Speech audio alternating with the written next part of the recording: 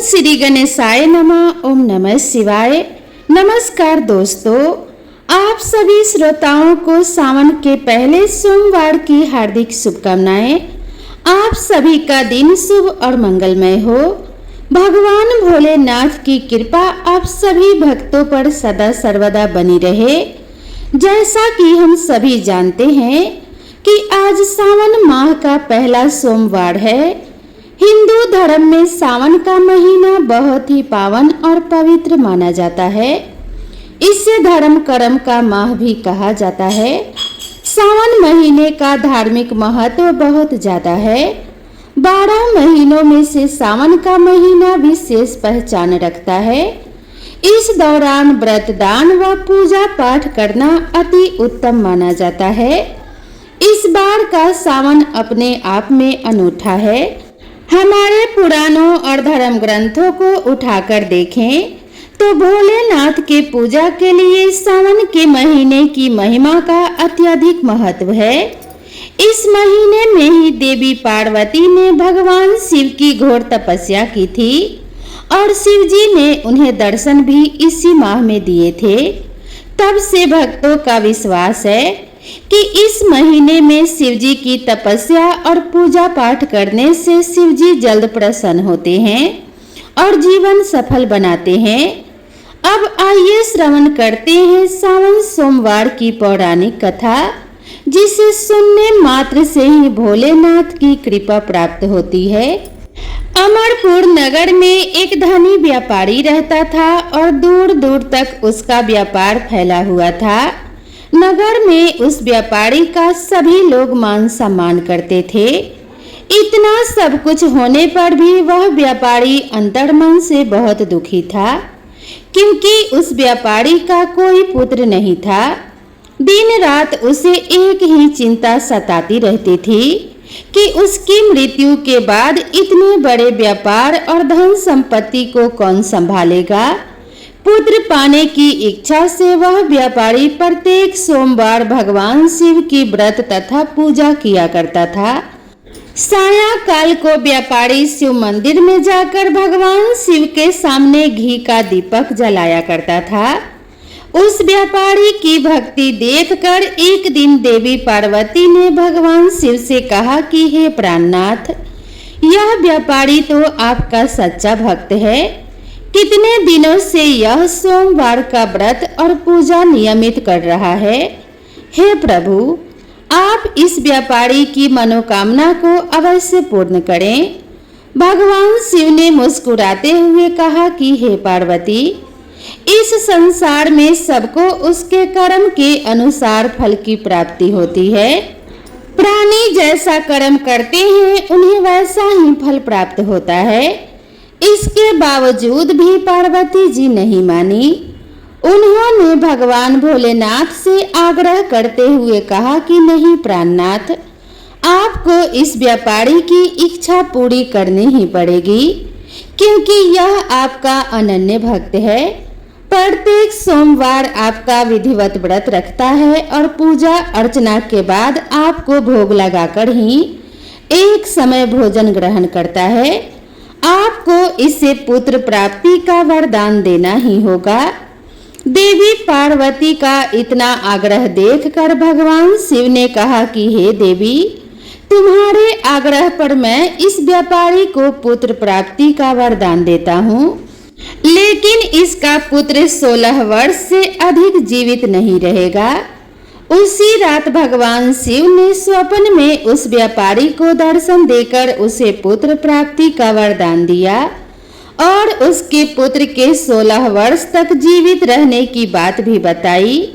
भगवान के वरदान से व्यापारी को खुशी तो हुई, लेकिन पुत्र की अल्पायु होने की चिंता ने उस खुशी को नष्ट कर दिया।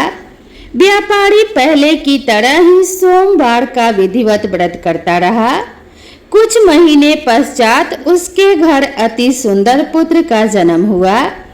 पुत्र जन्म से व्यापारी के घर में खुशियां भर गई। बहुत ही धूमधाम से पुत्र का जन्म समारोह मनाया गया। व्यापारी को पुत्र जन्म की अधिक खुशी नहीं हुई, क्योंकि उसे पुत्र की अल्पायु के रहस्य का पता था।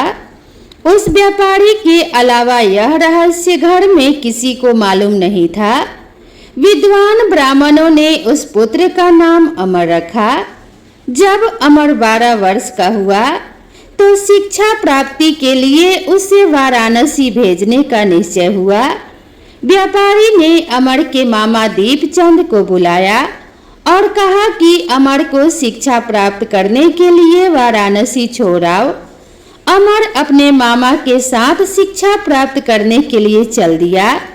रास्ते में जहाँ भी अमर और दीपचंद रात्रि विश्राम के लिए ठहरते वहीं यज्ञ करते और ब्राह्मणों को दान दक्षिणा देते और भोजन कराते थे।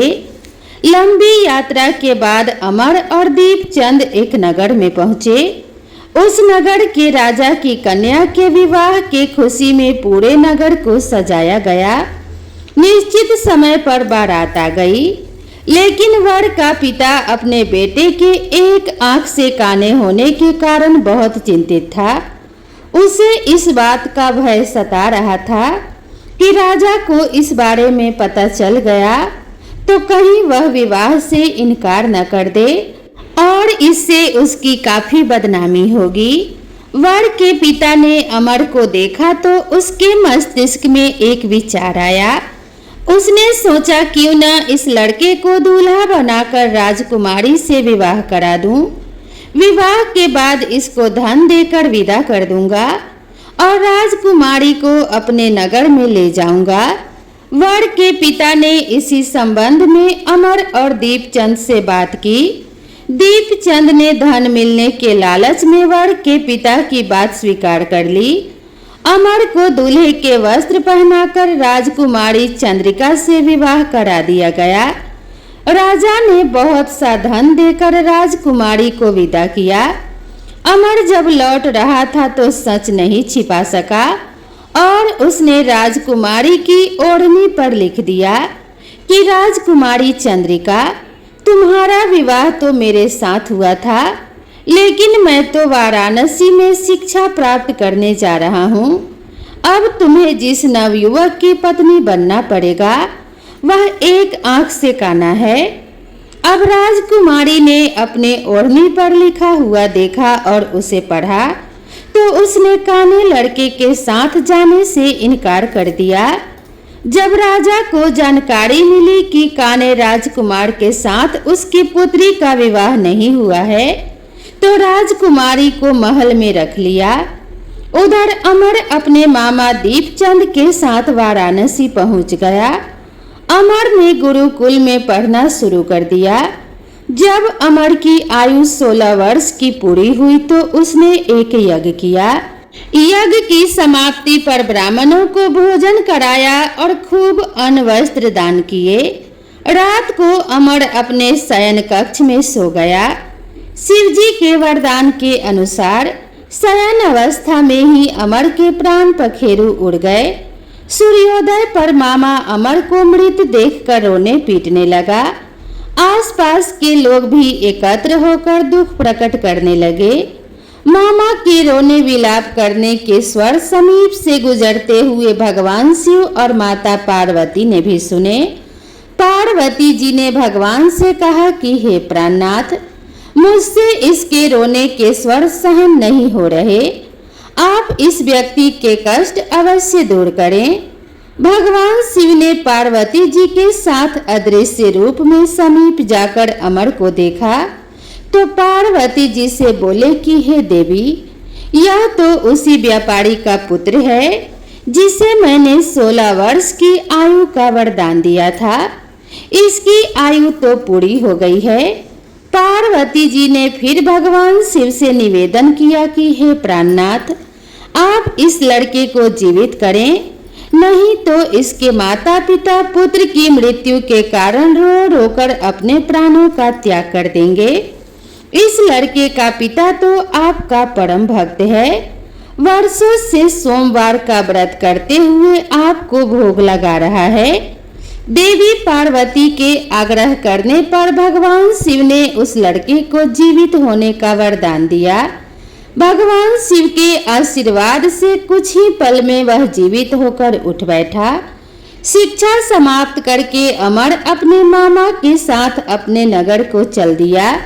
दोनों चलते हुए उसी नगर में पहुंचे जहां अमर का विवाह हुआ था। उस नगर में भी अमर ने यज्ञ का आयोजन किया। समीप से गुजरते हुए नगर के राजा ने यज्ञ का आयोजन देखा तो राजा ने अमर को तुरंत ही पहचान लिया। यज्ञ समाप्त होने पर राजा अमर और उसके मामा को महल में ले गया और कुछ दिन उन्हें महल में रखकर बहुत सा धन और वस्त्र देकर राजकुमारी के साथ विदा किया। रास्ते में सुरक्षा के लिए राजा ने बहुत से सैनिकों को भी साथ भेजा। दीपचंद नगर में पहुंचते ही एक दूत को घर भेजकर अपने आगमन की सूचना भेज देता है। अपने बेटे अमर के जीवित वापस लौटने की सूचना से व्यापारी बहुत प्रसन्न हुआ। व्यापारी ने अपने पत्नी के साथ स्वयं को एक कमरे में बंद कर रखा था। भूखे प्यासे रहकर व्यापारी और उसकी पत्नी बेटे की प्रतीक्षा कर रहे थे। उन्होंने प्रतिज्ञा कर रखी थी कि यदि उन्हें उनके बेटे की मृत्यु का समाचार मिला तो दोनों अपने प्राणों का त्याग कर देंगे।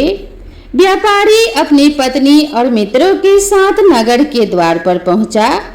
अपने बेटे के विवाह का समाचार सुनकर और पुत्रवधू राजकुमारी चंद्रिका को देखकर व्यापारी की खुशी का कोई ठिकाना न रहा। उसी रात भगवान शिव ने व्यापारी के सपने में आकर कहा कि हे श्रेष्ठी, मैंने तेरे सोमवार व्रत के करने के कारण और व्रत कथा सुनने से प्रसन्न होकर तेरे पुत्र को लंबी आयु प्रदान की है। भगवान शिव की बातें सुनकर व्यापारी सपने में ही बहुत प्रसन्न हुआ। सोमवार का व्रत करने से व्यापारी के घर में खुशियां लौट आई। शास्त्रों में लिखा है कि जो स्त्री पुरुष सोमवार का विधिवत व्रत करते हैं और व्रत की कथा को सुनते हैं उनकी सभी इच्छाएं पूरी होती है। तो एक बार प्रेम से बोलिए हर हर महादेव, माता पार्वती की जय। अब आइए श्रवण करते हैं भोलेनाथ की दुर्लभ कथा। यह कथा शिव पुराण में वर्णित है। शिव पुराण में कहा गया है कि जो भी भक्त सावन में इस कथा को शांत मन और भक्ति भाव से सुनता है तो उसके जन्मों का दुख दारिद्र्य समाप्त हो जाता है। दरिद्र धनवान हो जाते हैं, रोगी रोग मुक्त हो जाते हैं और भाग्य का द्वार खुलता है। तो आइए श्रवण करते हैं शिवजी और माता पार्वती की कल्याणकारी कथा। यदि आपने यह कथा पूरे अंत तक सुन ली तो यकीनन आपको सभी परेशानियों से मुक्ति मिल जाएगी और भगवान शिवजी की कृपा से सभी बिगड़े काम बन जाएंगे। इसीलिए इस कथा को पूरे मन से पूरा अवश्य सुने, क्योंकि कथा को पूरा सुनने से ही लाभ मिलता है और जो भी कथा को बीच में छोड़ता है उससे पाप का भागी बनना पड़ता है। कथा को आधा अधूरा छोड़ने से भगवान भोलेनाथ और माता पार्वती का अपमान होता है। शिव पुराण के अनुसार एक गांव में एक गरीब ब्राह्मण अपने पत्नी पुत्र के साथ रहता था। उसके पुत्र का नाम सोमदत्त था। वह गरीब बूढ़ा ब्राह्मण नित्य प्रति शिवजी को जल चढ़ाया करता था और उसकी पत्नी ब्राह्मणी को यह सब बिल्कुल भी पसंद नहीं था। प्रिय भक्तों, दरअसल ब्राह्मणी पहले बहुत पूजा पाठ करती थी और व्रत उपवास सब कुछ करती थी। इतना सब कुछ करने के बाद भी उसकी गरीबी दूर नहीं हो रही थी। जब ब्राह्मण जवान था तो कहीं से कथा सुनाकर पूजा पाठ करके दक्षिणा लाता था, तो उसी से उन सब का गुजारा होता था। फिर भी ब्राह्मणी इस आस में पूजा पाठ करती थी कि कभी ना कभी उसकी गरीबी दूर होगी, किंतु उसके पूजा पाठ का कोई फल नहीं मिला। अब तो ब्राह्मण बूढ़ा हो गया था। उसमें इतनी भी शक्ति नहीं थी कि वह कहीं गांव-गांव में जाकर कथा कराए। वह बीमार रहने लगा। घर में कमाने वाला कोई भी नहीं था। ब्राह्मण का बेटा सोमदत्त गुरुकुल में पढ़ा करता था। जब ब्राह्मणी के घर में खाने के लाले पड़ गए तो वह गुस्से में पूजा पाठ करना छोड़ देती है और ब्राह्मण को भी पूजा पाठ करने से मना करने लगती है और कहती है कि भोलेनाथ और अन्य देवी देवताओं की पूजा करते करते जवानी से बुढ़ापा आ गया, लेकिन भगवान ने हमारी गरीबी दूर नहीं की, उल्टा अब तो दाने दाने को मोहताज हो गए हैं। अरे मेरी ही मति मारी गई थी कि मैंने दिन रात उपवास और व्रत किया, जब तब में अपने शरीर को सुखा दिया। अब क्या देगा तुम्हारा शिव जो तुम शिवलिंग पर जल चढ़ाया करते हो। प्रिय श्रोताओं, ब्राह्मणी की बातों को सुनकर ब्राह्मण कुछ नहीं कहता था, क्योंकि उसे तो अपने आराध्य भोलेनाथ पर पूरा विश्वास था। अब ब्राह्मण का बेटा अपनी शिक्षा पूरी करके गुरुकुल से वापस अपने घर आ गया और अपने माता पिता की सेवा करने लगा। एक दिन की बात है, सोमदत्त शिव मंदिर में अपने पिता के साथ पूजा पाठ कर रहा था और वहीं पर शिव भक्तों को कथा सुनाने लगा। वह कहता है कि जो भक्त भगवान शिव की कथा को सुनते हैं, उनके मन में जो इच्छा रहती है भोलेनाथ उनकी मनोकामना अवश्य पूरी करते हैं। प्रिय श्रोताओं, सोमदत्त की यह सब बातें मंदिर में पूजा करने आए उसी राज्य के राजा ने सुन लिया। उसे यह बात बहुत ही अच्छी लगी।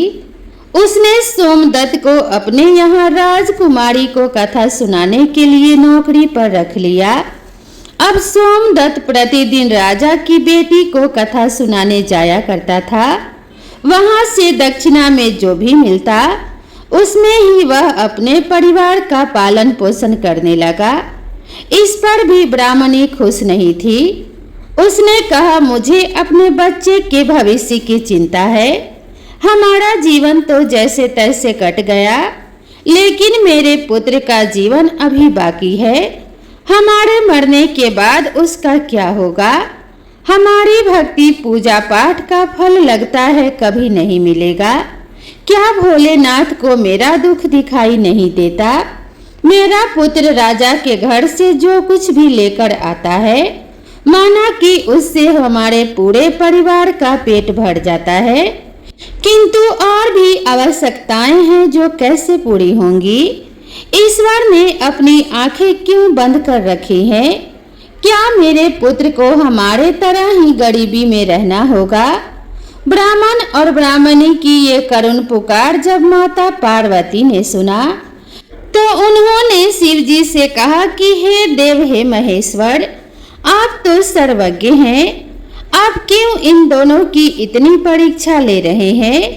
ब्राह्मण आपका परम भक्त है, अब आप उसके दुख का नाश करें प्रभु, अन्यथा यह ब्राह्मण कहीं आपकी पूजा करना बंद न कर दे, कहीं उसके मन में आपके प्रति विश्वास समाप्त न हो जाए। माता पार्वती की बात को सुनकर भगवान भोलेनाथ ने कहा कि हे देवी, आप चिंता ना करें। मैंने उनके भाग्य उदय का बीज तो पहले ही बो दिया है। अब हम दोनों को साथ में लक्ष्मी जी विष्णु जी को लेकर इस ब्राह्मण के घर जाने का समय आ गया है। हमारी कृपा के साथ ही वह ब्राह्मण दंपति विष्णु लक्ष्मी जी के भी कृपा के पात्र हैं। उन दोनों पति पत्नी ने हम दोनों की पूजा एक साथ की है। हे देवी, पृथ्वी लोक पर जाकर हमें शिव लीला करनी है। प्रिय श्रोताओं, अब शिव जी तुरंत माता पार्वती जी के साथ नंदी पर सवार होकर बैकुंठ लोक में जाते हैं, जहां दया निधि भगवान विष्णु शेष नाग के सैया पर विराजमान थे और माता लक्ष्मी उनके पांव दबा रही थी। तब शिव जी ने विष्णु जी से पृथ्वी लोक पर चलने को कहा। विष्णु जी बोले कि हे देवी लक्ष्मी, चलिए, हमारे भक्त का बुलावा आ गया है। अब क्या था, चारों देवी देवता साधु का भेष धारण कर पृथ्वी पर उस ब्राह्मण के घर पर पहुंचकर अलख जगाया और कहा, अलख निरंजन, अलख निरंजन। घर में से बूढ़ा ब्राह्मण निकला और उसने उन्हें प्रणाम किया।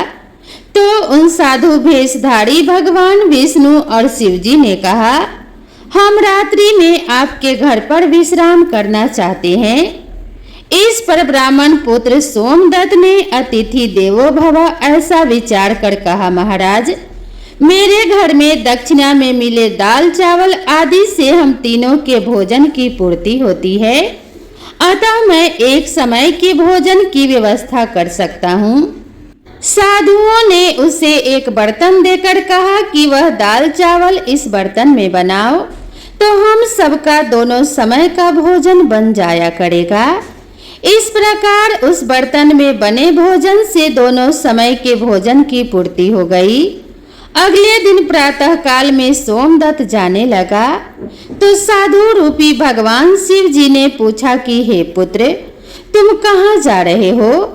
उसने कहा कि हे साधु महाराज, मैं राजा की बेटी को कथा सुनाने जा रहा हूँ। साधु ने कहा, तुम कथा सुनाने के बाद राजा की बेटी से पूछना कि तुम किस अभिलाषा की पूर्ति के लिए कथा सुनती हो। अब सोमदत्त राजकुमारी को कथा सुनाने के बाद वही प्रश्न पूछता है कि तुम किस अभिलाषा की पूर्ति के लिए कथा सुनती हो। राजा की लड़की ने कहा, मैं इस अभिलाषा से कथा सुनती हूँ कि मुझे ऐसा वर मिले जिसकी चर्चा सभी लोग करें, उसके माथे पर चांद और सूरज की रोशनी हो, तथा वह भाग्य का ऐसा धनी हो कि उसके कदमों में लक्ष्मी थिरकती हुई हो, तथा ऐसी बारात हो जैसी किसी ने अब तक नहीं देखी हो। प्रिय श्रोताओं, अब वापस आकर सोमदत्त ने राजकुमारी की सारी बातें साधुओं को बताई। अब देखिए, अगले दिन प्रातः काल में जब वह कथा सुनाने के लिए जाने लगा तो साधुओं ने कहा, बच्चा, आज राजा की बेटी से फिर वही प्रश्न करना, वह फिर से तुम्हें कल वाली बातें बताए तो तुम तुरंत यह कह देना कि जैसा पति तुम्हें चाहिए वैसा केवल मैं ही हूँ, ऐसा कहकर भाग आना। सोमदत्त ने कहा कि हे साधु महाराज, कहाँ मैं एक गरीब ब्राह्मण जिसका घर उसकी दी हुई दक्षिणा पर चलता है, और कहाँ वह राजा की पुत्री। राजा मुझे और मेरे परिवार को मृत्यु दंड देकर मौत के घाट उतार देगा, अतः मैं ऐसा नहीं करूँगा। साधु ने कहा कि ठीक है, हम अभी तुम्हारे परिवार को श्राप से भस्म किए देते हैं। सोमदत्त पहले ही उनके चमत्कार से डरा हुआ था। उसने सोचा कि राजा तो बाद में मृत्यु दंड देगा, यह तो अभी अपने श्राप से भस्म कर देंगे।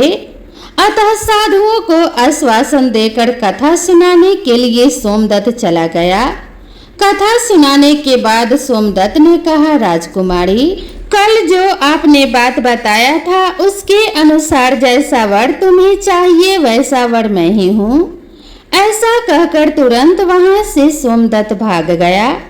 राजा की पुत्री को एकदम आघात पहुंच गया। उसने दासी के द्वारा अपने पिताजी को बुलाकर सब बात बताई।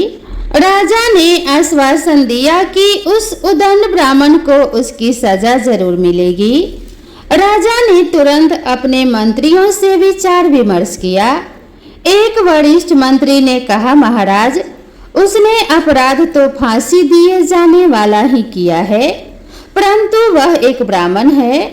उसे फांसी देने पर एक ब्राह्मण की हत्या का पाप लगेगा। कुछ ऐसा किया जाए कि वह दंडित भी हो जाए और ब्राह्मण हत्या का पाप भी ना लगे। काफी विचार विमर्श करने के बाद तय हुआ कि शादी का निमंत्रण पत्र कुछ शर्तों के साथ भिजवाया जाए। राजा ने शर्तों वाला निमंत्रण पत्र लिखकर अपने नौकर के हाथ सोमदत्त के पिता के पास भिजवा दिया। उधर सोमदत्त ने घर पहुंचकर साधुओं को बताया कि आपके कहे अनुसार कहने पर राजकन्या बहुत क्रोधित हो गई। अब शीघ्र ही फांसी का संदेश पहुंचने वाला है। कुछ समय बाद नौकर निमंत्रण पत्र लेकर वहां पर पहुंच गया।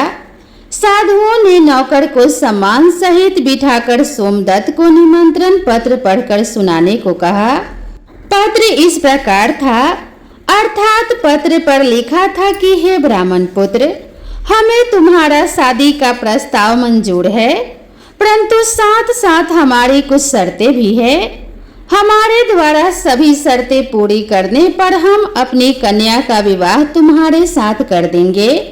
शर्तें पूरी ना होने पर तुम्हें तुम्हारे परिवार सहित फांसी दे दी जाएगी। शर्त इस प्रकार से है, पहली शर्त यह है कि बारातियों के ठहरने वाले सभी बारात घर तथा बनाए गए सभी तंबू बारातियों से भरे होने चाहिए। कोई भी तंबू खाली नहीं रहना चाहिए। दूसरी शर्त, बाराती के आतिथ्य सत्कार में बनाई गई सभी खाद्य सामग्री उपयोग होनी चाहिए और कुछ भी बचना नहीं चाहिए। तीसरी शर्त यह है, बारात ऐसी अद्भुत आनी चाहिए जिसकी प्रशंसा हर व्यक्ति की जबान पर हो। बारात आने पर यदि कोई भी शर्त अधूरी होगी तो बारात में आने वाले सभी बारातियों को फांसी दे दी जाएगी। पत्र पढ़कर सोमदत्त डर से कांपने लगा। साधुओं ने कहा, तुम डरो नहीं, नौकर को भोजन खिलाकर पत्र का उत्तर देकर विदा करो और पत्र में लिखो कि आप विवाह की तैयारी करें, हम बारात लेकर आ रहे हैं।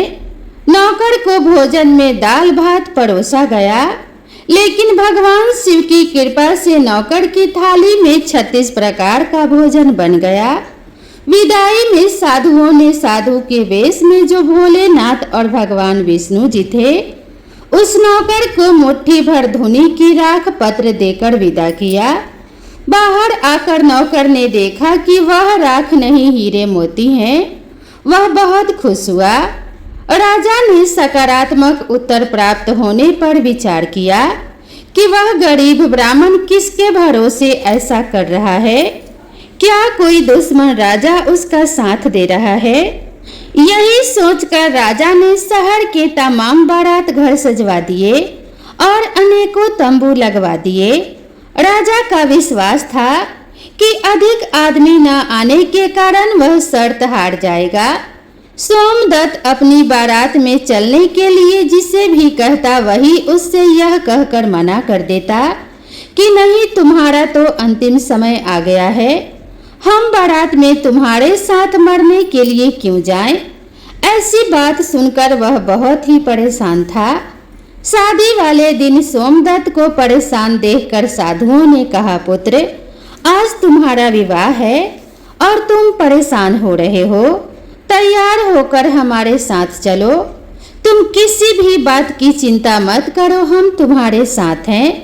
सोमदत्त ने भाग्य में जो लिखा है वही होगा, यही सोचकर तैयार होकर साधुओं के साथ चल दिया।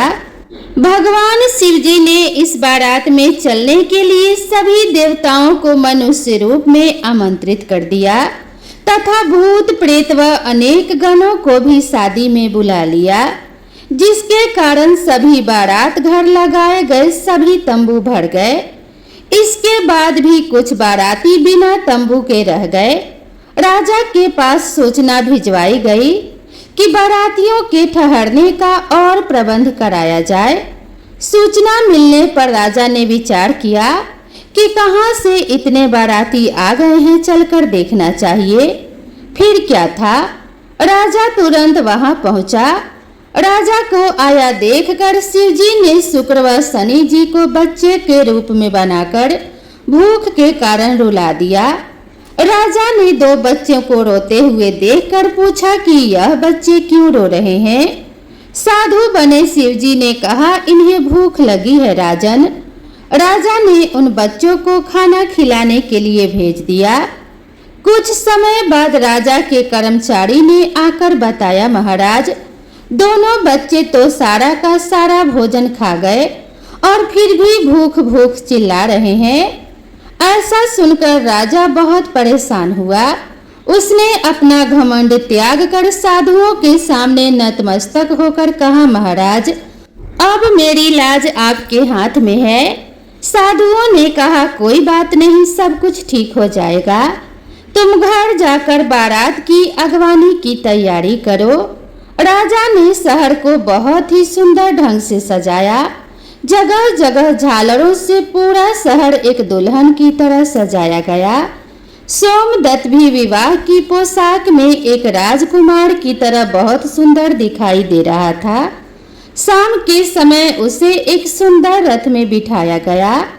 रथ के आगे अनेक प्रकार के बैंड बाजे नगाड़े झूम रहे थे और सभी लोग नाच रहे थे। दूल्हे के मस्तक पर सेहरे को चांद और सूरज से सजाया गया। बाराती हाथ में मुद्राएं लेकर एक दूसरे पर निछावर करके इधर उधर उड़ा रहे थे। बारात के इस विहंगम दृश्य को देखकर लोग आपस में कहने लगे, इस ब्राह्मण के भाग्य को तो देखो।